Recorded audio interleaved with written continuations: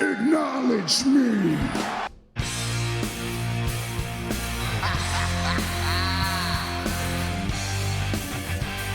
You just made the list.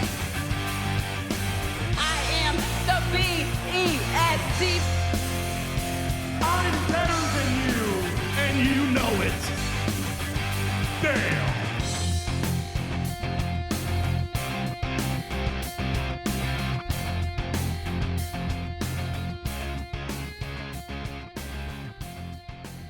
What's up, everybody? We are here in Madison Square Garage around the pool table of relevancy. We have Dan Danielson to my left. We have Booker Ted E. Bear to my right. I am Rowdy Roddy Reece. We are here to do our review of AEW Double or Nothing on their 5-year anniversary. We're a bit cozy. You can shuffle over. Not like I, don't like sitting next to you. I sat actually for the last 7.5 hours watching this pay-per-view. Oh, so long. I'm glad that we don't have like 6-hour WrestleManias or anything anymore. How was your weekend, Reece? I mean, look. Before we talk about this podcast, let's talk about all the other wrestling shows and things we've done this weekend. We went to Slam Pro Wrestling in Canberra on Saturday. Yep. Video for that will be up on YouTube as well. Yep. We got the VIP media treatment, upgraded to front row, which was absolutely fantastic. Yep. Thanks to Luke and the boys at Slam Pro Wrestling for that. Mm-hmm. You mean Dan and the boys? Well, both. Luke, Dan, Mikey, and the boys. And the boys. There we go. And then yesterday, got up nice and early at the crack of dawn, 6 a.m. to start watching King and Queen of the Ring. Yep. Got that done and dusted. Review show is done about that and uploaded on our YouTube as well. And now we've got Double or Nothing. It just happened today. After I drove to Sydney last night, watched a concert and then came back. Yeah. So, like, this guy's... Dedication. Ladies and gentlemen, you're most welcome. Dedicated to the cause, mate. Yeah, big weekend for wrestling. Like, yeah. Huge weekend in wrestling. Guess what? We've got Raw tomorrow. So yep. And then we've got NXT, and then we've got Dynamite, and then we've got TNA, and then we've got SmackDown, and then we just roll it again. So much wrestling. It's so hard to watch all this content. I didn't even get time to watch NXT or Dynamite last week. Yeah, I watched or Dynamite. SmackDown even. Like, shit. I didn't watch... We never watch Collision, but the problem with Collision in Australia is it's on like a Sunday. Anywhere to watch it. Yeah, and it's not on K or anything, so that's a bit annoying. Yeah. But we're here to talk about Double or Nothing. Yes. AEW's pay-per-view, 5-year anniversary, like you said, from the first major pay-per-view event. Las Vegas, MGM Grand. Casino chips were back. Well, okay, they were, but I'm going to comment that, and I'll say this to both WWE and AEW. I know a lot of people have been happy with the minimalistic sets. I think they're dropping the ball a little bit on the pay-per-views. Yeah. I think King of the Ring was okay because you just had the pillars with the crowns in it, right? That's all they had. All you needed for King of the Ring was one big throne. Yep. But one nice big throne. Like, look at what we had. Like, we used to have the whole set was just like a giant chair. Yeah, well, absolutely. And like you used to get the ones with the old TLC with ladders and things everywhere and lots of stuff. And like, as much as I love that, I also think we were very spoiled with different sets for every pay-per-view when we were growing up. Agree. And I know that they're trying to cut back on the production costs, obviously, and the fact that the smaller the set, the bigger the crowds.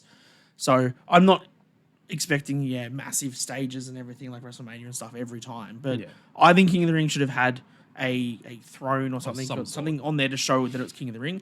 And I think Double or Nothing missed the boat on... They had the poker chips, but they were like... Off the stage down to the bottom. Far left. Like, it wasn't until halfway through the show or a little bit later that I actually noticed that they were there. Yeah. So that should have been focal on the stage. Big clear, there's your poker chips, there's your thing for Double or Nothing and stuff like at the first Double or Nothing, it was like a giant stack. Yeah, it was. Yeah. Closer towards the entry ramp. So it was there in every shot. Yeah, agree. I think that just would have made the shots and the stage presence of the show itself a bit better. Yeah. But otherwise, I mean, it's a fun event. It was a very, very, very long pay-per-view. And there were some... We did also watch some of the pre-show whilst I was waiting for you to come around to watch the pay-per-view. So I watched the Thunder Rosa and Deonna Purrazzo match, which was hilarious in the fact that Thunder Rosa came out in kind of like a jean-type get-up with like sunnies on and her hair slicked back, and she was doing the Elvis thing. I get you're in Vegas, but Thunder, that's not your gig, man. Don't do that. That was terrible. It's a bit weird. Yeah, so that was a thing. I'm glad I didn't see that. Yeah, good choice. Deonna Purrazzo won by a roll up holding the ropes. She's a heel. Yeah, fair enough. Pretty stock standard. And then the Acclaimed beat the Cage of Agony, which is Brian Cage and the The Gates of Acclaimed Agony. and Daddy Ass. Ass. Put Best some part of that respect match, on obviously, Billy Gunn's was Max's entrance and the way that he just tore them down on the microphone. Oh, absolutely slaughtered them. The rest of the match was, Which he does most of the time for his opponents. yeah, Really good. yeah. Like This does one it was well. good. This one, Except that one time that he screwed up. But that will never he'll slide. never live that one down. No. All right, pay-per-view time. Mate, kicking Double or nothing. kicking off the main card. Dun-dun-dun-dun-dun-dun. Oi! Absolutely fantastic choice. Will Ospreay versus Roderick Strong for the International Championship. Agree. Thoughts? Thoughts and things. Good opening match. Yep. The best wrestling match on the card. And little did we know it was the first one, and everything else afterwards was not going to be as good as this. Yep. Too harsh? Too soon? No, like that's the thing. Like the more we watched, it was kind of like not that it peaked at the start of the show, but that was definitely probably the match of the night. Yes. So everybody that follows our TikToks and sees all the things probably knows my disdain for the AEW product at times. I really want it to be good, and I've said this so many times. I really want it to be good. And the fact that they come out and say AEW are the best wrestle, and then they give us that pay-per-view, I don't know. Oh, yeah. They They had some good matches, but They missed the mark on a lot of them, unfortunately. All of the things that I was hyped to see and all the matches that I thought were going to be really good kind of failed to deliver. But, you know, we'll go through them match by match. This one, though, was a really good match. There was a spot where Roddy... What did he do to Ospreay? I can't remember if it was like a suplex or like a back suplex on the outside and like Will landed like on his head. Right in front of the announce table. So what that was the Kingdom were at ringside for Yeah. this match for the Oh, beginning that's right. half Yeah, of yeah, it. yeah. And they've gone to do I can't remember what Legion of Doom finisher Yeah, What was like it? where they're on the shoulders. on the shoulder yeah. and go to flip him back. And And he over-rotated. no, I think he under rotated. How does the maths work on that? So like he's meant to like flip backwards and land on his stomach, right? Oh, yeah, So he you're landed- right. Yeah, you're right. Will you're Ospreay right. landed square on his neck, Yep. right on the outside. It looked absolutely horrid. And this was pretty early in the match. It And was, yeah. We were concerned. Don Callis was concerned because he was sitting on commentary. He jumped up, dropped the mic, dropped the headset. Yep. And he's like, Whether that was storyline having or a not, look. he was... Either way. But like that was a scary thought to kick off the pay per view with a shot like that. It held that throughout most of the show because there are a lot of spots like that where you kind of just, ooh, I hope they're okay. Like, In terms of in-ring wrestling, this was, like we said, the best match. absolutely The fantastic. amount of different backbreakers and stuff Roddy was hitting him with was superb. All of the... a lot of gut busters, which a lot of gut busters. A lot of... eventually his downfall. Yes, he went one too many. Yep. Will hit a lot of suplexes and obviously all of his normal flying offense.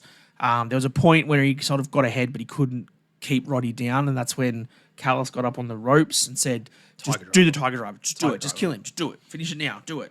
And he went to Psyched do it. himself up, pushed the ref out of the way because at this point in the match, he was checking on Roddy, and it was like, okay, we might have to call this match off, sort of thing. Yep. So Will Ospreay's pushed the ref out of the way, got Roddy up to do the Tiger Driver, had Couldn't do another it. second forward, stopped doing it. Yep. And then Roddy reversed him, but eventually we all got the win. Yeah. With Stormbreaker. Stormbreaker. He's Which now is your new international champion. Yeah, absolutely fantastic move. I love that. I love It's so the good. finisher. It's I'm so pretty good. sure when we did our drafts, like early on in this podcast days, Yeah. I drafted it in like You one of my did. top 5 finishes, and you guys were like, "What's that?" Now you know. Before the days of us knowing Will Ospreay that well. Yeah, correct. I don't want to say that I was the first on board, but I was definitely the first on board.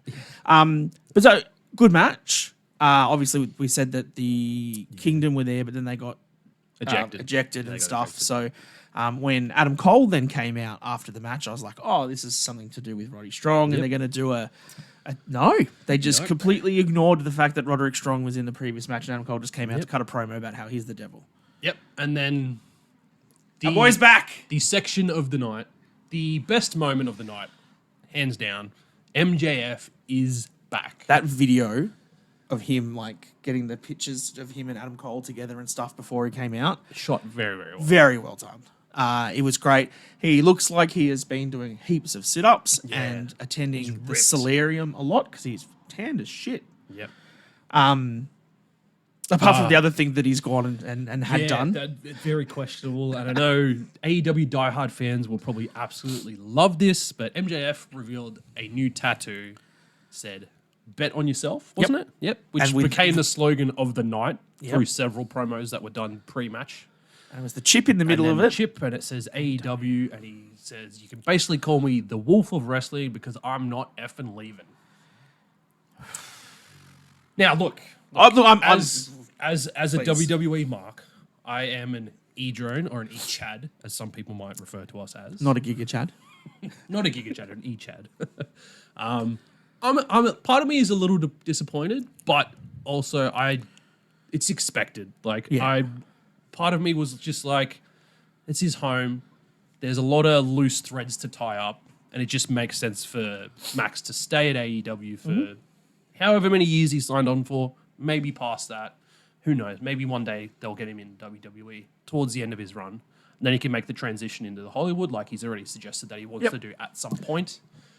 But yeah, this is honestly best for business for AEW because their ratings were dwindling, and we've seen it for the past month, 2 months. Like it's been hovering around that 650 to 750 era, couple of 800s here and there.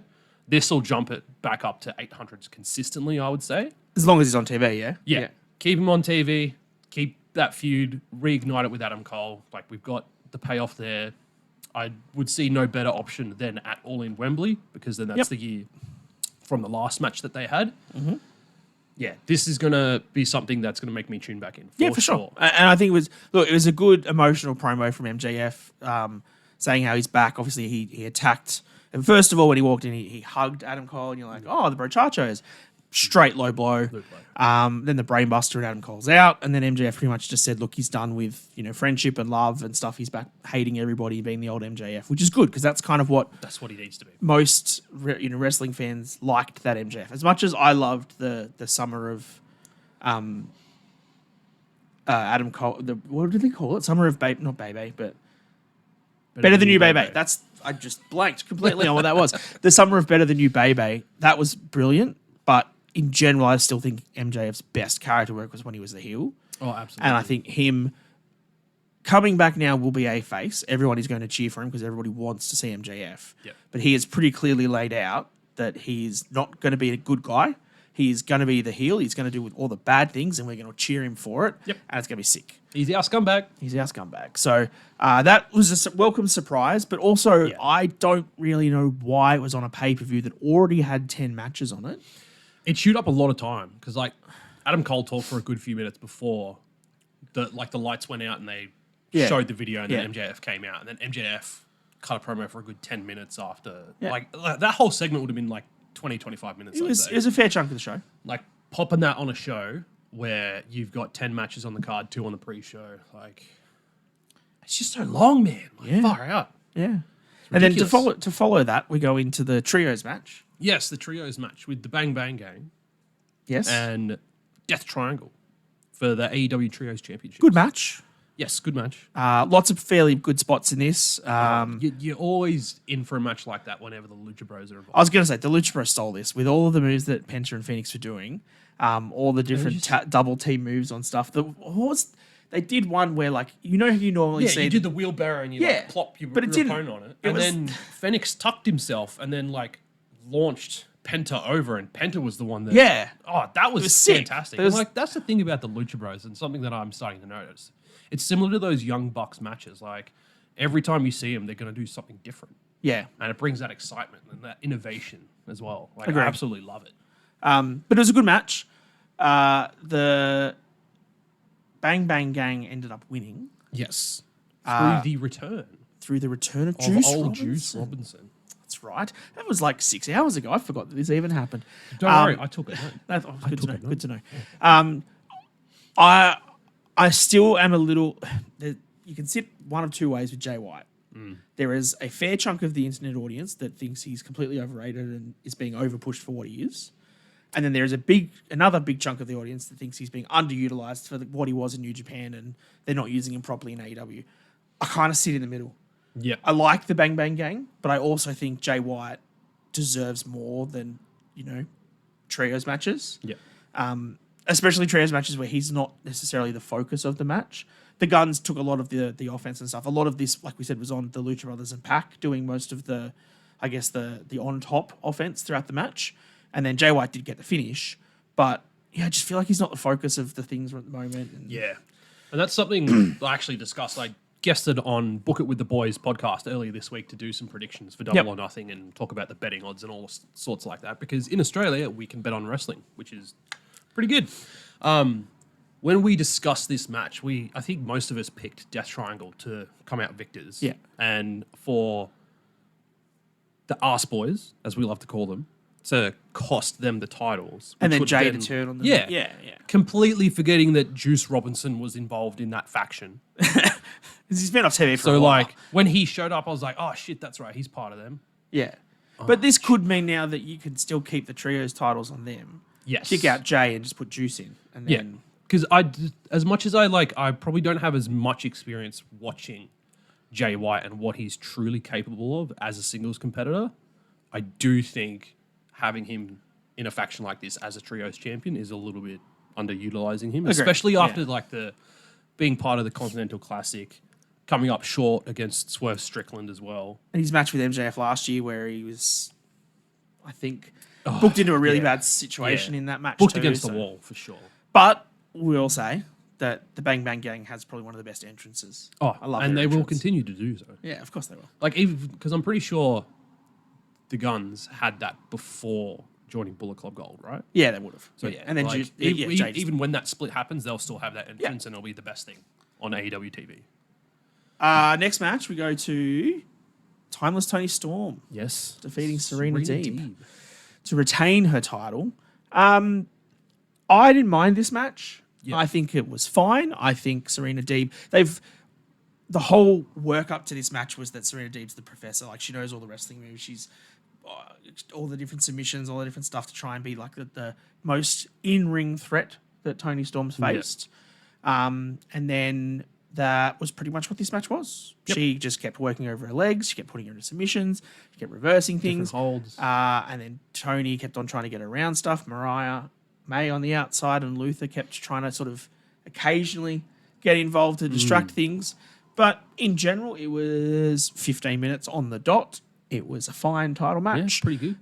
Leading I up to believe that. there was a couple too many kickouts of pile drivers and that'll be And a especially towards the finish. recurring theme throughout this entire pay per view. The fact that the finish to this match was Tony got. Before you get there, Got to mention the fact that there was that little segment, that little moment when Serena had put Toni Storm in the submission hold that Mariah May actually ended up getting, like, not tapped out because Tony threw the towel in. Oh, I forgot So about that spot too. Toni Storm was in the submission. Yep. Mariah May tried to get the towel to throw it in.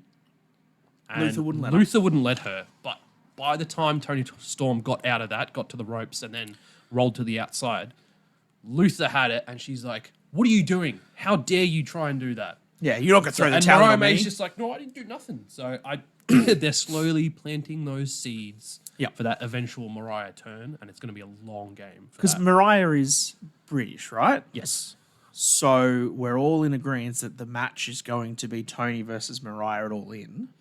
Because I don't see I Tony think that'd dropping be the a title. good bet. Like, and maybe that's because we still got 3 months to that, right? Yep. That's a good length of time to, like what they did when Batista left Evolution, and so many times in the past, just little seeds of doubt, little bits of interaction of people bossing each other around and getting sick of it, like what they're doing with Otis in Alpha Academy at the moment. Little things here and there, Very close, yeah. just plant it, let it build, have it explode, and And then having at the it big be turn. all in Wembley, that would be the perfect time to have that matchup. Yep. Does Mariah win though? It's yet to Probably. be seen. I don't see anybody else beating Tony Storm for the title at the moment. Yeah, I don't see especially anyone else in the like women's Britt division. Baker's not around. Jamie Hayter hasn't returned yet. Yeah. Those are probably her two most credible. threats. Meh-cedes and that are on a different title. So Yeah, we'll talk about that in a second. we will. But yeah, the finish was the fact that she got up to the second rope and hit a second rope Pile storm driver, which is a pile then driver, got her back up and did it again. Why? What? You just hit her on the second rope. Yeah, just hit her on the second rope, pin her. I don't feel like there was any need to get that second one. Neither do I. But like in the lead up to that, the fact that Toni Storm took 2 of Serena Deeb's finishes and then kicked out, all within like a 30-second period, is a little bit like, what's going on there? It's a bit too AEW for me. But like, yeah, said it perfectly. Speaking of being a bit too AEW, Yeah. Orange Cassidy and Trent Beretta.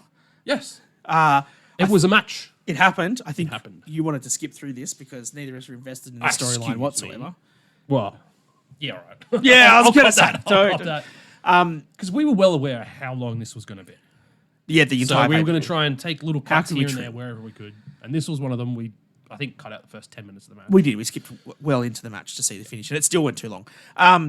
This is the thing too that Bubba Ray on Busted Open a couple of weeks ago got really mad at AEW because Trent hit Orange with that pile driver on the steel steps on the outside, and then Orange still walked to the back. Yeah. Essentially saying that they're not protecting moves. I'm pretty sure that there was either it was a pile driver or a Death Valley driver. The Gotch pile driver on the apron from Trent. Correct. From Trent onto the hardest part of the ring, on the apron, to Orange. Wasn't know the that. finish. Got him back up. They kept wrestling. That's annoying. The fact that they had the stairs, that they were going to try and do stair spots with it. And then the match finished with a roll-up. Our favourite. And we love when matches finish with roll-ups. Especially when they're doing moves like that. And then for Trent to like walk to the back, and then Yeah. for some reason Renee comes out to try and interview him as he's walking And to he's the back. like, no, I'm done. not doing this. Don't I'm talk about done. this. And then he left through the crowd, so... After he lost by roll-up Chuck in a retired, match. so maybe Trent's retiring? You mentioned the possibility of him showing up in TNA, which I thought was kind of interesting. I mean, they could use some star power. Because, like, look, like with the roster that AEW has, I don't know what's going on with Trent's contract or like if he's up soon or whatever. But I feel like it would be a good move to have him in another company, do something new with his character, because this roster that AEW has now, it's stacked, and I feel like now that Trent's away from Best Friends and that whole shtick is effectively done, I'd say, unless he wants to come back and attack Orange at some point. That's probably going to be the best thing for him. A nice refresh, new start. Because I always thought that he was the Shawn Michaels of the group. Not the Marty Jannetty. No, the Marty Jannetty just retired, so we won't. Wow, touch on that. I'd say that's tough on Chuck, but it's really not. It's really not. What do we go next to? The learning tree. Wow, and this is what we were thinking, like during the viewing of this match, was that like we weren't that interested. Like you said it before we even got to it. Like I don't really care about this match, but this actually ended up being one of the top matches. Of the night. Was. It really was. But It was a lot of fun. it's also like we were saying that we didn't like Jericho and the fact that he then went to this learning tree character, and now the way that he knows everybody doesn't like it, so he's overplaying his part for everything. and it's- His music where it starts with the learning tree, and it's working. and then he man. comes Like, out smiling and cheering and waving to the whole crowd, and then he gets every bit of firework you can get. He gets the flames, he gets the fireworks, he gets the cross, the whole kabang, everything for Jericho. He's leaning into this so much. The one thing that took us both out of the match was when they introduced him. They said, "And now Chris Jericho with Big Bill," and Big Bill wasn't there. And I was like, wasn't that's strange. Yep. Why is he not with him? Oh, he's showing up later in the match, isn't he? Of course. And being an FTW rules match, you kind of expected that anyway. Yeah. Because it's no disqualification, obviously.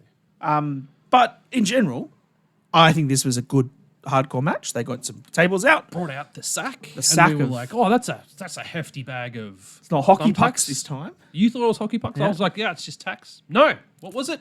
It's dice. Dice everywhere. Should have been dice and poker chips. Should have been a mix of both. You just flick Yeah, poker that chips would have in been people's good. face. Yeah. Because there was a point when they just got the dice out where they were pegging them at Chris Jericho. And I saw a few just like go straight Into the through crowd. the ropes out into the ring. I'm sure someone in the crowd got hit. Oh yeah, totally. We'll probably hear about it in the coming days. And then there was spots where Hook and Shibata just like suplexed Jericho onto the dice, and the dice were must have there. been about, ages. I'd say at least like 10. It was there all match. Like they didn't really try and tidy them up at all. They just continued wrestling. So Yeah. even if they were just doing like a normal German suplex, it'd be onto Onto dice dice. because they were just all over the apron. They did the dueling kendo stick spots where Jericho was whacking Hook, didn't sell it. Whack Shibata, didn't sell it. Hook again, still didn't sell it. And then they just turned on Jericho. That was fun. I think the scariest spot in this match was when Big Bill did come out, break up the pin.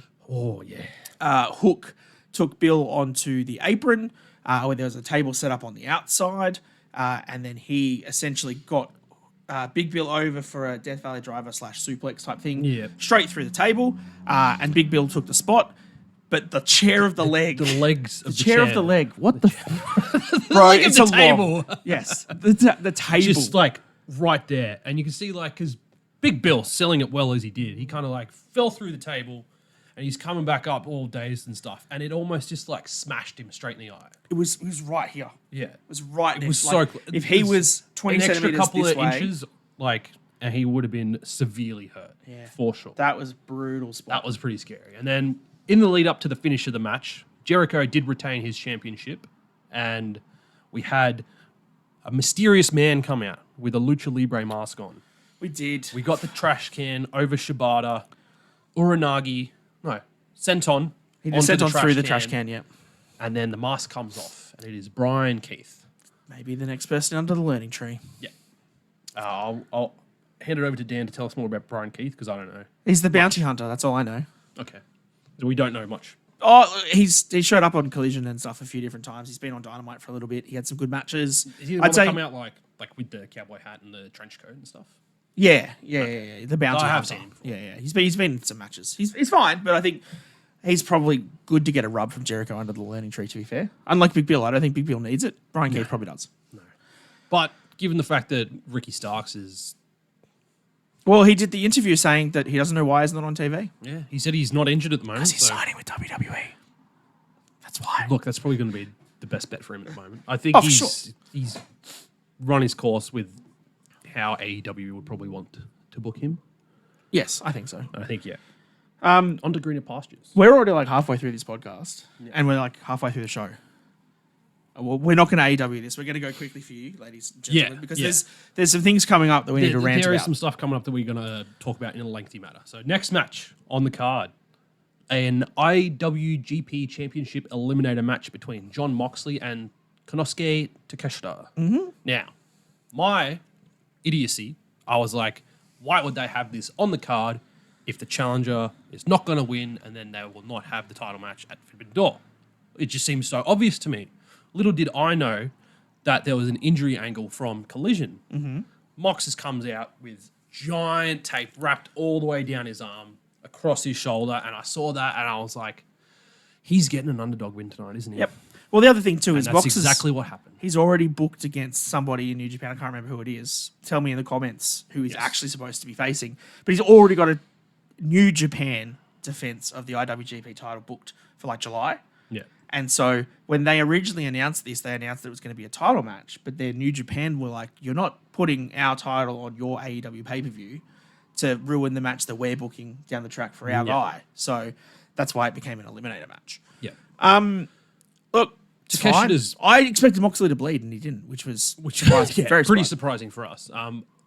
All in all, I think it was a great wrestling match. There was a lot of ring psychology. Yep. Takeshita worked that Very arm stiff. the entire Really match. stiff match. Yeah. He did a fantastic job.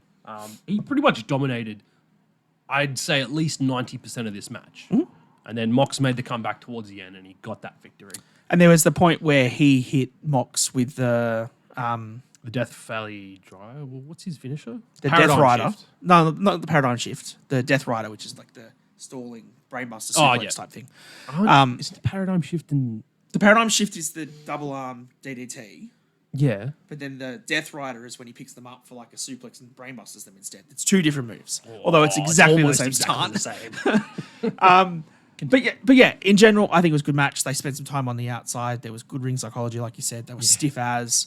He sold the arm. He sold the shoulder really well throughout the whole thing. Yeah. It didn't make Takeshita look weak at all. No, I've seen him a few times now, and I really love his in-ring work.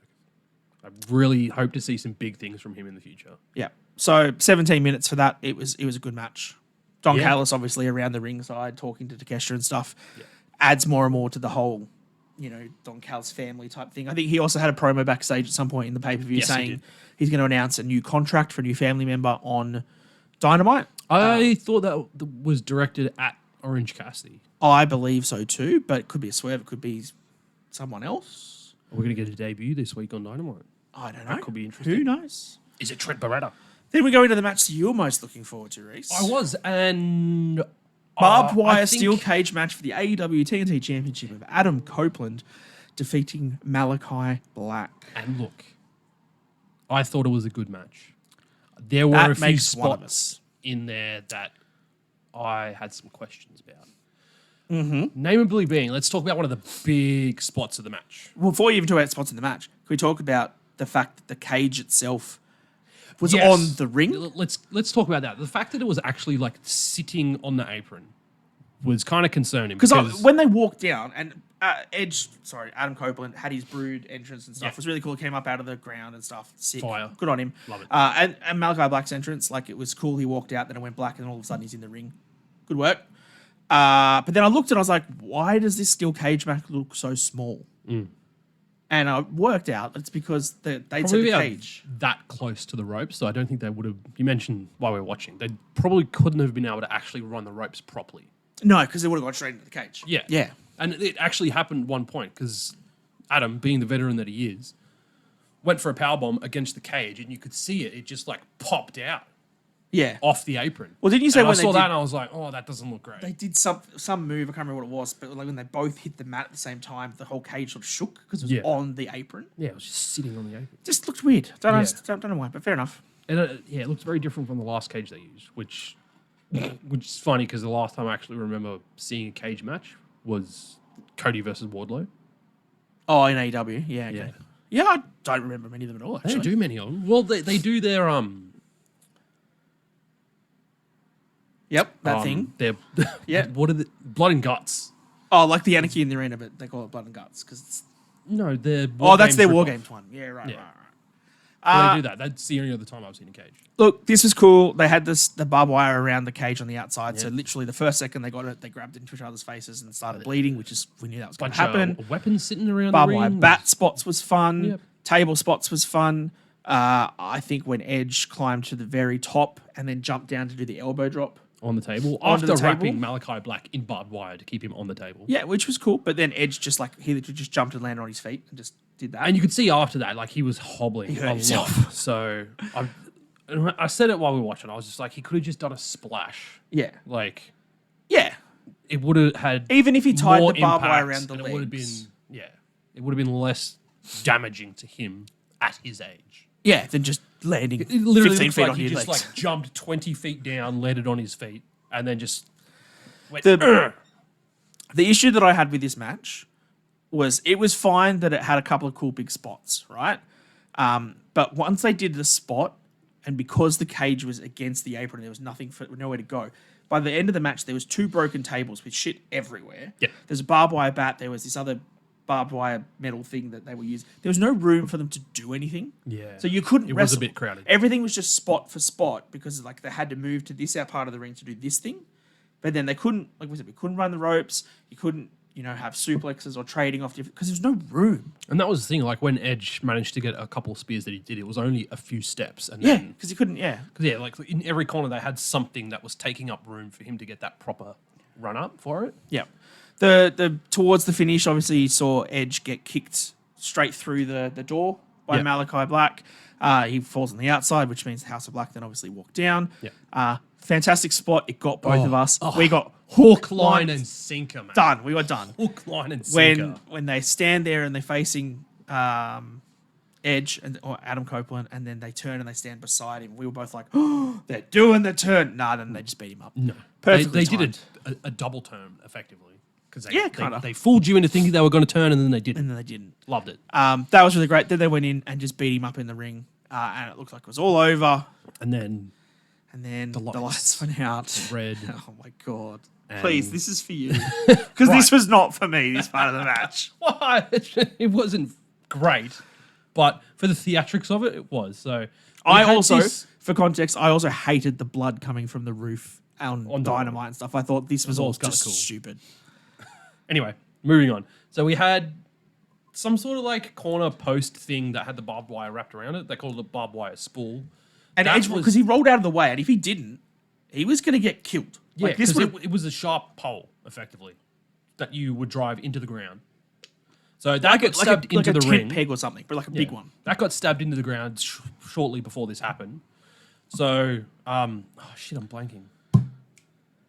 Not Buddy Matthews. Brody. Brody King, thank you. Yep. Brody goes over to grab this spool, and then he's like, oh, something happened. And then you slowly see the mat get pulled away.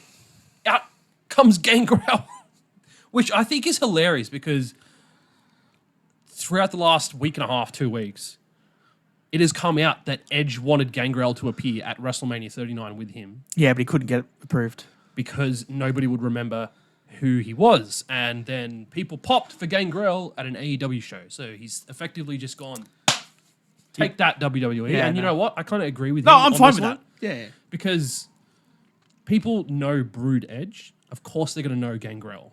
Oh, yeah. Like, And anyway, they lent moving into on. it. Like I said, the entrance theme and everything was Yeah. Brood. Like, it It was... said The Brood. So they lent into that. Gangrel comes up, spits blood in Buddy Matthews' face, takes out Brody King. couple of DDTs. Did the same thing to Malachi Black. Yep. Edge got the spear, I believe it Yep. was, and then wrapped him up in the crossface with barbed wire as well. And I don't think he tapped, he passed out. He passed and the out. ref called the match. So Because just before that, too, there was the part where they were beating up on Adam Copeland. they And like held his arms out and then they put a barbed wire crown on his head. like It looked a little look, we're not religious, but we know that's a little bit too touchy. suspicious there. A little bit too touchy. A little bit on the nose.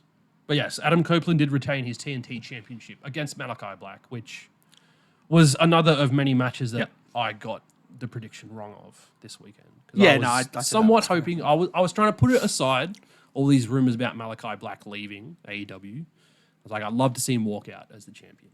And I was wrong. No. Then Mercedes Money beat Wheelo. Look, then before we get to Swerve that- Strickland versus... I was just going to get past Mercedes because I don't want to even talk about it. No, I'm absolutely going to talk about it. Back to you. Let's go to Swerve first, and then we'll talk about Meh-cedes and we'll talk about Anarchy the Arena. Because Okay, because that's the talking spoilers, points. we're just going to say bad shit about those two matches. So let's talk about the good stuff, and then let's shit on the mud show after. All right? So Swerve versus Christian Cage for the AEW Championship. Quite good. Good match. And I talked about this with the Book It with the Boys guys. This is exactly what Swerve needs to improve his credibility as a champion. Having a great 20-minute match against a veteran and coming out on top. And this is why you book Christian in this match. Yeah. Like, I complained when they booked it originally. I was like, why is Christian getting a title shot? There's zero storyline or reason behind it. They put at least enough in there to try and, build the it interest up. so that, there was a bit of a feud between the two. But this is what you were going to get. You were going to get a really good match with Christian playing a really good heel, giving Swerve a whole bunch of spots. He can work from underneath, he can get back on top. It's exactly what we wanted. The only thing that I have, and I said to you while we were watching it, was the things that I don't like with Swerve, and unfortunately it's just a thing that I just don't like with his moveset, I guess, is like the Swerve Stomp is so predictable because you never ever see anyone down, like they get power slammed down and then they're waiting for the top rope move and then they're sitting up just sort of waiting for Just it. like this. Like, it's the only time that happens is when they're doing the Swerve Stomp. And like that's the thing, I didn't notice that until you mentioned it, and then I saw Christian Cage just like sitting there like this for a good like 20 seconds, Yeah. and I was like, oh shit, now he's ruined it for me. Yeah, sorry, that was my fault. Now everyone else that's watching this has been... At least he's still got the killer move of the kill shot. Like that's a fantastic finisher. Oh, the house call. Oh, you mean Christian's kill switch? It used to be called the kill shot, didn't it? No. I mean, he's- No, it's the kill switch. Am I thinking of something? No, not Christian's. Like the house call. I The swear it house used to call be called the is kill the shot. kick where he runs past. Yeah. Yeah, that's the house call. I swear it used to be called the kill shot. Maybe. Is that too aggressive? Did they change it? I don't know. It was, well, whose house? Swerve's house. That's right. And they did have that cool entrance with like the Warriors with Nana and stuff. Yeah, cool is debatable. That was a little cheesy, but It's better than the entrance from the match previous, which we still haven't talked about yet. Overall, good match. Good match. I think it was Too good predictable. feud. It gave them both something to do for a few weeks. Yeah. Without really burning anyone, making anyone look worse or better than they were. I think Swerve, like you said, needed that good victory. it's funny you mentioned burning. We'll get there. Still think that the match at All In is probably going to have to be Swerve and Hangman. I still think that's the one that makes the most sense for the title. Yeah. I don't know what you do with Christian, but something. He'll find a good feud and he'll be someone's daddy and just cause more problems. He'll be fine. Christian will be fine. Yeah, he will be fine. But yeah, I think Swerve needed this, and it was a good match. I don't remember a whole lot of the moves from in the ring, but nothing like was terrible. It was all quite good. There was that spot where they had the stairs on the outside, and they were going to do the Darby Allin dive onto them. Very worried about that, but They didn't need to do it. Yeah, they Like, didn't need this- to do it at all. But this what match they didn't- chose to do with it was terrible. It was fine. Yeah, it was fine. It wasn't as Swerve horrific just as essentially Willow. went for a dive and he kind of like Landed on the stairs. braced himself. It didn't look that bad. Which In is- general, though, good match. And all of the shenanigans with Nana getting ejected Thrown because out. he was holding the title. and which then I thought was the most ridiculous thing because the manager of your defending champion is holding a title. Like, on the outside, yeah, doing nothing with it. But it's he was just just standing on the stairs, dude. Like, why? so throw they him could out? all get ejected. That's all Yeah. it was. Good match. Now, your TBS championship match. Would you like to take it away? We've called her Meh-cedes Moni. Obviously for the when she got attacked and she moaned on camera, which is hilarious. Because that was not I'm in pain sort of moan. It was almost as bad as my hole. The fact that she hasn't wrestled until now, and I feel horrible for Willow because Willow is quite good in the ring. I think she has gotten a whole lot better in the last 12 months. She's the crowd loves her. She's the most over women's wrestler, I think, like babyface women's wrestler on that roster by a long way. Meh-cedes gets Daft Punk coming out with drums, just drumming. Not this beat. actual Daft Punk, but just But guys with for the picture. Tron glasses and Daft Punk helmets or whatever, just drumming out for her. And then then the Vegas Showgirls. the Vegas Showgirls come out, and there's this. It's a good 5 minutes of entrance just for her. And then she comes out with a Pokeball bra on, which was weird again, and the CEO around her neck. And then the music starts, and everyone, like obviously how it starts with CEO. And you look at the crowd as she's walking Nobody in. was doing anything. Nothing. But then she gets in the ring. And then the music stops, and then everyone's like, CEO. It just look, the entrance itself was enough for me. I was like, this is a shambles for her, considering the fact that you're trying to book her as the heel. Yeah. And then Willow's know- music hits, and she just walks to the ring. Yeah. Nothing No. different. No, nothing. And that was the thing. It's sort of like telegraphed because why give someone such a massive entrance if they're not going winning to the title. lose? And this was the thing I was talking about with the book it with the boys because I think they both picked Meh-cedes Monet, and I was like, look, I know it is almost way too obvious that she was going to win, and I was hoping because Willow's not held that championship very long, and Willow's really starting to hit her stride now. Yep. And the fact that she's just had to drop the title to someone who's come in, done nothing for 6 weeks, and then they're just going to take the title like that? Yeah, they are. Especially when How was The this rumor match has come 18 out. minutes? it did not feel... Well, I mean, maybe it felt a little longer, but I don't know. Just the fact that the rumors coming out that Meh-cedes Monet was cleared before she even appeared for AEW, and they left it so long for her to actually have her first match, boggles the mind. And then I think it's been horribly first booked. match, win a championship. Horribly booked from the day she showed up in AEW. Yeah. This match did not live up to the hype of what Meh-cedes should be. No, absolutely not. It was fine. Willow did all of the good spots. There was a really sick knee breaker that she did on Meh-cedes on the apron Yep. on the outside. Looked great. She worked over some submissions. Meh-cedes did a really weird one where she kind of had her in a was it The Trio O sort of thing? no, the one where she was on the mat and she had her for like an armbar and then she rolled over the top and kept the same armbar. That was this match, wasn't it? I think so. Yeah. Was it? No, I can't remember. But she had Willow on the ground, and then she like was holding her, and then she just did a front flip, and then kept doing the same thing. And we both looked at her like, she tried to like transition. yeah, like what's she but it roll was just for? like, yeah.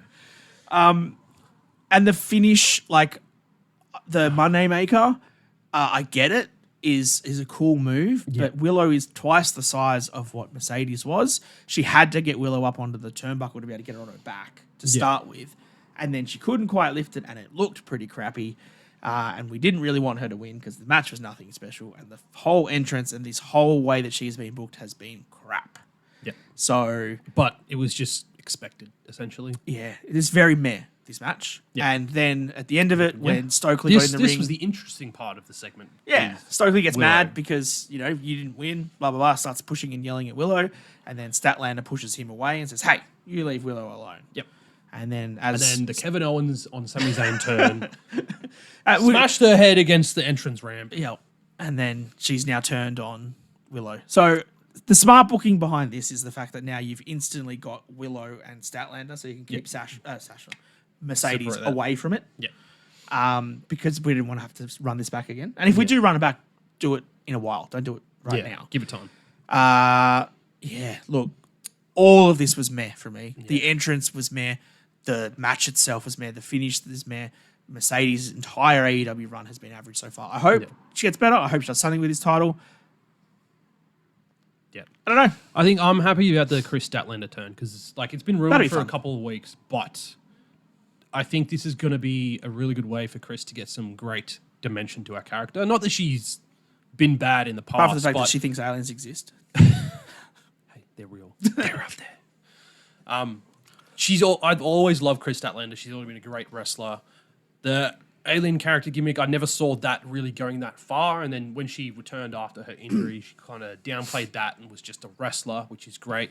But being able to be a heel is going to give some new dimension And a heel to her with character. Stokely, I hope. Yeah, it's going to work fantastically. And I really hope it's just upwards from here for Chris.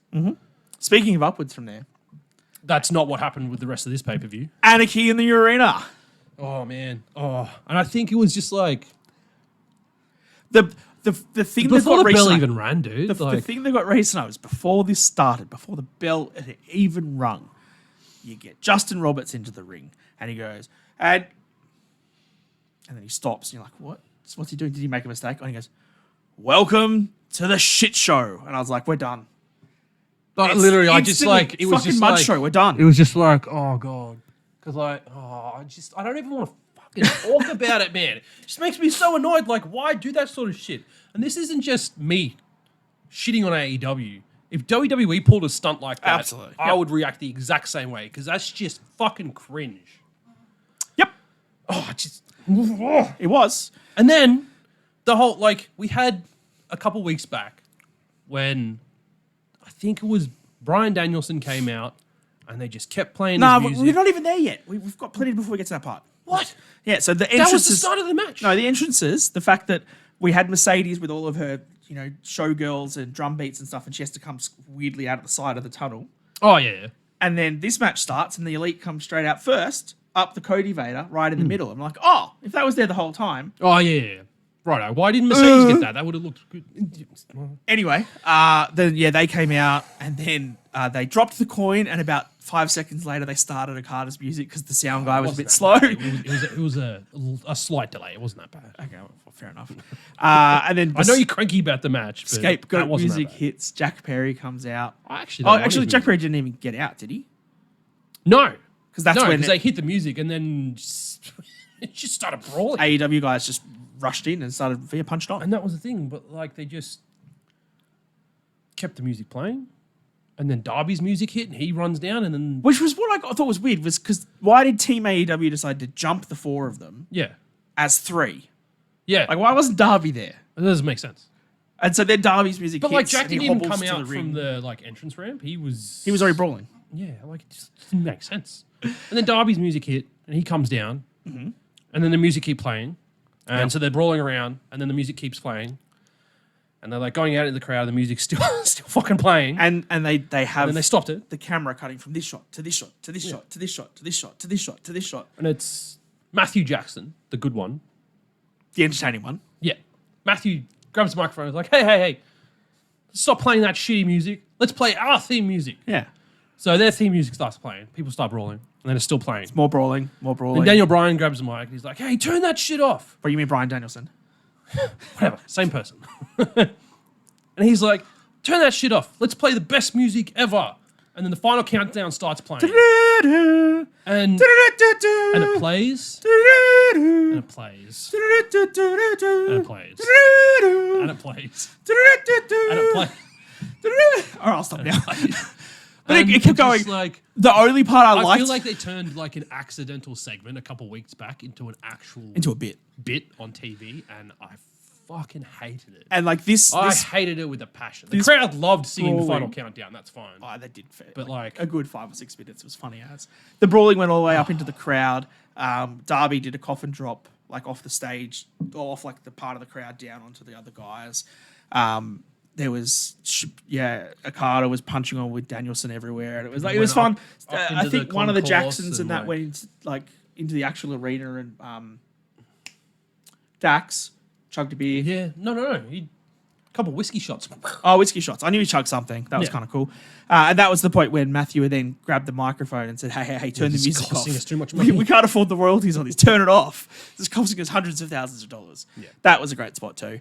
And then it just descended into madness. Okay, so again. let's it's complete and utter chaos. Yeah. A couple of the spots that then happened. There was Darby and Jack go backstage. Yep, And they out the brawl back. out into the car park. Darby then just grabs Jack Perry and tries to drown him in an ice bucket, like an ice bath. Weird, but okay, that happens. It leads into the thing. It was there for a reason. We understand that now. But at the time, we're like, why is there an ice bath just sitting in the car Trying to park? drown someone on television. And then they sort of brawl out towards there. It's like a garbage heap with some cardboard and wood and a whole bunch of stuff. Like, oh, that's probably going to get set on fire or something. It looks crazy. Yeah. And then they cut to some more brawling. We'll get around to that. Then you come back, and Jack Perry is in a UPS van that says scapegoat, and it's painted black, and he just runs over everything. We assume Darby Allin's In run amongst over. it. And then the thing that bugged me about that part, it was kind of cool, right? Sure. And then, because we had it back in the day with NWO trying to take out The Rock. And It was Rikishi. I did it for The Rock. Yeah, and we had that as well. But, you had the shot of Jack in the front seat, and he kind of, slumps over, which is of course he did. He just You shouldn't do that if essentially you're crashed driving. his car. You shouldn't do that if you're driving, Reece. You shouldn't have a shot of Jack while you're driving. But then, he cut back to the stuff in the ring, and then why the fuck was Darby the first one to come back out? Yeah, that's a good point. I mean, in hindsight, given what happened in the rest of the match, I understand because they needed to prep Jack for something else, another segment of the match, but it was still dumb. Why not have them both come out at the same time, or have Jack come out first? Yeah, didn't make sense. Darby comes back out. Didn't make sense. There's some actual wrestling at a point. There's a shatter machine or two. There's some super kicks. And then they go for 1-2, and no one cares because we clearly know this isn't the end of the match. So there's still way more to go. Yeah. More brawling. They get towards the stage. They get to the chips, and they do the TK driver on Danielson on the chips, which is a pretty good spot. The thing to that though was that the crowd was chanting "Holy shit!" Before Before the anything TK happened? driver even happened. Yeah. Then they hit the TK driver, and then they didn't chant "Holy shit!" No, they were like, "This is awesome." Yeah, you got it around the wrong way, guys. Yes, correct. But that was that point where we saw the stage set up, and you could see there was a referee standing just on the edge of the stage, and behind him was 2 fire extinguishers. And we're like, right, We know where this is going. yes. They just walked. One of them walked down the tunnel and just pulled a table, that was in the tunnel for no apparent reason. Set it up, and then one of the Young Bucks did a senton through Cash through the table. Very good looking senton too. Yep. Okada also did a Elbow drop off the stage onto Through Dax, Dax. through a Yep, table. And then he came and then Darby comes out with a fire extinguisher. Oh, sorry, just fire. before this. Oh, that's This right. is Jack where Perry's Jack getting up. came back. Yes. Still looking very wet, which He should have tried leads by into now. the next segment. Yep. He's heading towards the entrance ramp, looks to his right, smiles at the camera, grabs Tony Khan, takes possibly too long to get out because Darby's standing there. He's got his fire extinguisher. But before that, he's did just did you see when he grabs Tony Khan and he drags Tony out? Tony's trying to unclip himself because he wasn't prepared for the spot, so he still had his headphones on. yeah. If you watch it, I'm pretty sure Tony's still connected, and he he's just trying to get rips rid of it. it, and then you can just hear a clunk, and I'm pretty sure the monitor and shit just falls because Tony's just dragging it with him. That will make sense. Well, yeah. Jack takes a little too long to get out, so Darby's kind of awkwardly waiting with the fire extinguisher. Out come Jack, throws Tony Khan down the entrance ramp, and then gets fucking set on fire, which I've since jumped on social media and seen, people are saying this is one of the safest fire spots ever done in the history of wrestling. I mean, it probably looks Which it. makes sense.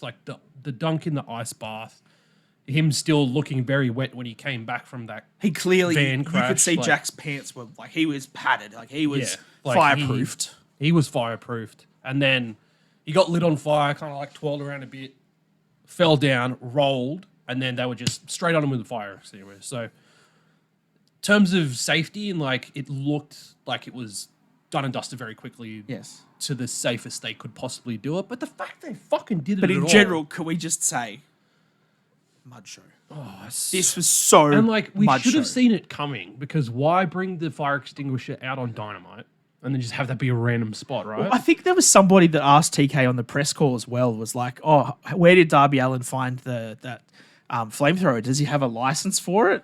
And I think TK's response was, yeah, I'm pretty sure Darby does. He just finds those things lying around. But, we all trust Darby. I'm like, okay. And then they're like, that's not even I close think to it's the worse. end. But that was fine. I think it looked a bit mud show with the flamethrowers a bit too much. It was very predictable once we saw all the fire extinguishers and stuff. Cool spot, fair enough. And then we drag Darby and stuff into the ring. Yeah. And then the Young Bucks get on top. And then there is a spot where they get Okada gets the Reeboks. So the Young Bucks are selling a new set of Reeboks. Go onto their AEW website, I assume, from Monday. If you want to buy a pair of them, good luck. They're probably sold out. Yeah, they got sold out in the mall already, and there's Yeah. some copies going online. They even had some signed copies available at the venue. Oh, that would have been actually really cool. That would have been pretty cool. To be fair, I like Reebok pumps. They look sick. I would Yeah. absolutely, if I had the opportunity, buy a pair of those. But they had them and they jammed thumbtacks underneath them. Yeah. So the Young Bucks each took one of them on, put one of them on. Okada then got a glove with a half sleeve covered in thumbtacks. And then he did the Rainmaker on Cash. He did it on Cash. So he was then down. And then what they did was they got Darby Allin. Tied his legs up They with a beat him rope up. that had dropped from the ceiling. Yep. So the production crew had dropped everything down. And then they hung Darby from the roof, Yep. upside down, Upside down, thankfully. Not kicked like, him in the head with thumbtack covered Reeboks. Yeah, and then he was hanging there for a good 5 minutes. He was upside down for a long time. to the point where the crowd started yelling, "Please help Darby!" Yeah. And then towards as we're getting to the finish of the match, at one point Brian Danielson just touches his hand, and everyone's like, "Yeah, someone's And helping then him." Jack and then Perry he gets just taken running out. knee, knocks out Danielson and gets the 1-2-3 win. Yeah.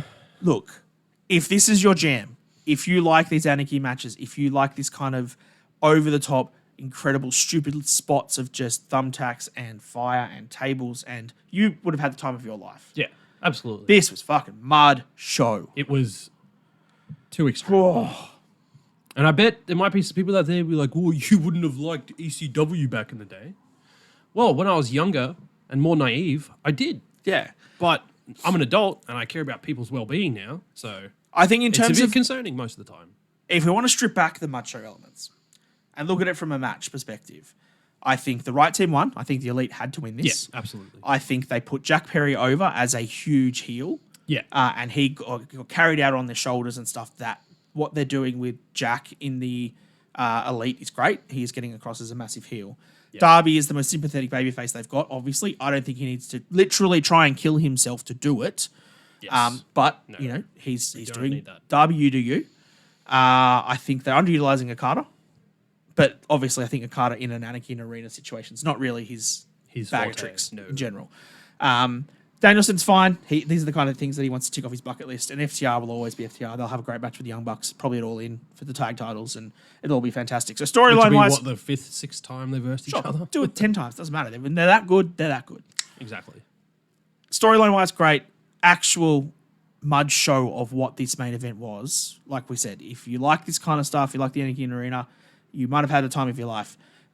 What annoyed me too with this was, like we were saying, with camera cuts left, right, and center. There was one point, sort of middle of the match, where they got a 4 screen up with 4 different camera angles, and it had like a Twitch stream, and it had Anarchy in the Arena in the middle, and then they never used it again. Yeah. Why? And when they started using that, they had the same thing happening on 2 screens from 2 different camera angles. Yeah. Anyway, and now that was Double or Nothing in a nutshell. You want to give it a rating? 60%, 60%? 50%, 55%. I think that, So 2.5 stars? yeah, 2.5 stars. Yeah. I think there's a couple of matches that I think liked. there were some matches that brought it down for sure. Didn't live up to the hype, unfortunately. And going back to back off what King of the Ring was like literally the day beforehand. 5 matches, which was just straight wrestling. And the fact that AEW say we're the best wrestle. I didn't get that sense at all. It was not. except It from wasn't a couple of wrestling show. matches. It was an absolute like even the chaos. MJF stuff, even the cage match, even the Swerve and Christian stuff where they just went too far when they didn't need to go too far. Even the Meh-cedes stuff. Like it wasn't the best wrestling. They've had way better. Like Dynasty was we're the best wrestling. That was a great pay-per-view. This one, not so much. Right. That's about wraps it up here from Madison Square Garage. I've been Rowdy Roddy Reece. This is Dan Danielson. Booker Teddy Bear sitting in for Ted. We shall scissor Teddy Bear. It's a bit awkward, but all right. Woo! Bye. Sounded